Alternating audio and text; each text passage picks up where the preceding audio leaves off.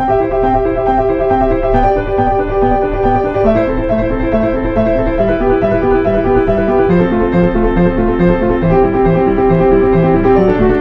there, are you an intermediate or advanced pianist who is looking for an exercise that isn't boring to do? Hi, I'm Jazer, I play the piano. In this video I want to share with you an exercise I used to do when I was 13 or 14. This exercise is probably for someone who has played for about 3 years or longer. If you're an absolute beginner and you want to try it, you're most welcome to. Let me know in the comments how you go.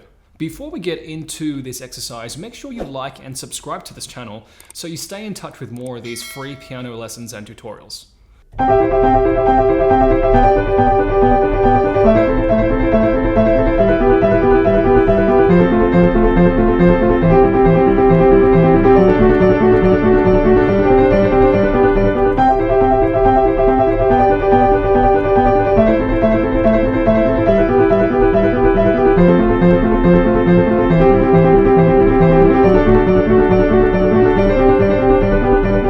Now guys, I wrote this myself when I was about 13 or 14 because I really liked this chord progression.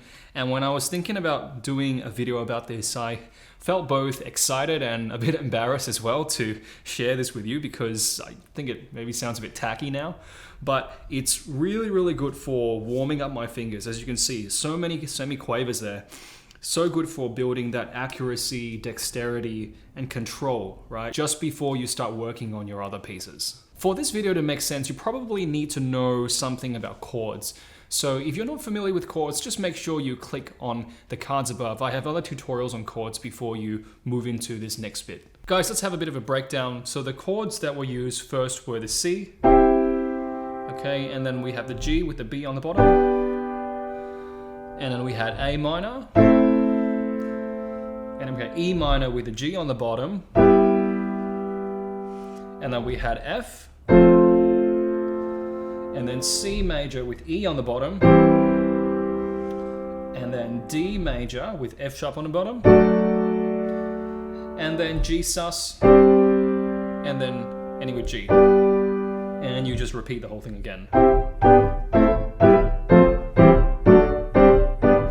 So the first thing we need to know is the right and left hand are always playing the same group of notes in the same chord shapes, but they're playing different notes within those chord shapes. So what's right hand doing? Right hand is always doing top, middle, bottom, middle.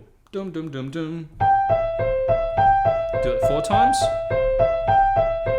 Move on to the next chord. Same thing. Dum, dum, dum, dum. 4 times. Next one.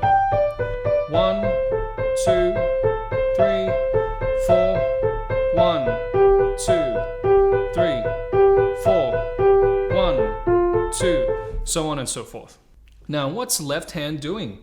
Left hand are doing something called the Alberti bass. So Alberti bass is this. It's the bass, top, middle, top. This was made very famous in the classical era. So if you played any Mozart, Beethoven, or Haydn, this will not be unfamiliar to you. 4 times, next chord.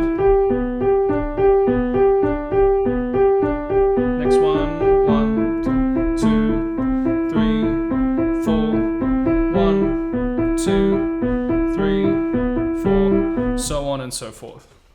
There you go. So that's the right hand and the left hand. You just need to make sure you know how to play all of these patterns within the chords. Let me play really slowly for you so you can see what's happening.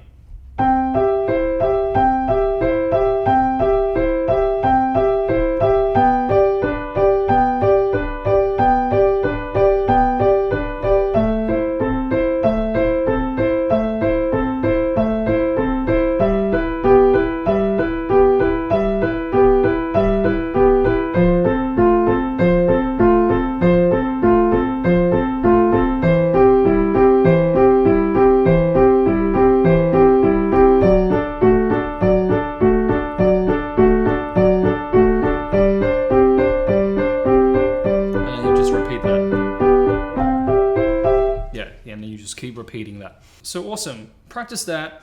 Make sure you're playing every single note together, okay? So make sure you're not doing something like that. Okay, it's really important that you're playing it cleanly and everything to the dot.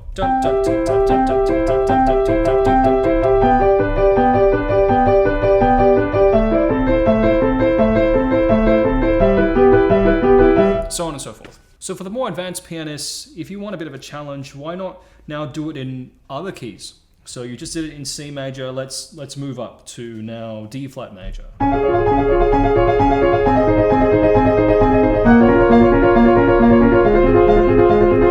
And then more, maybe now in D major.